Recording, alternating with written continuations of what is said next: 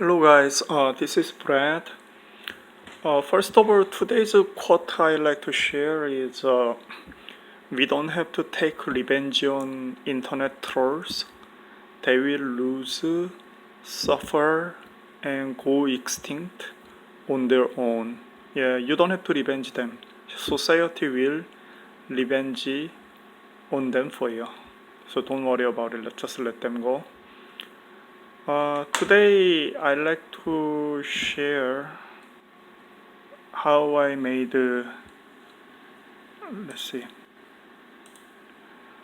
So far I have a little bit over under $600,000 in my portfolio.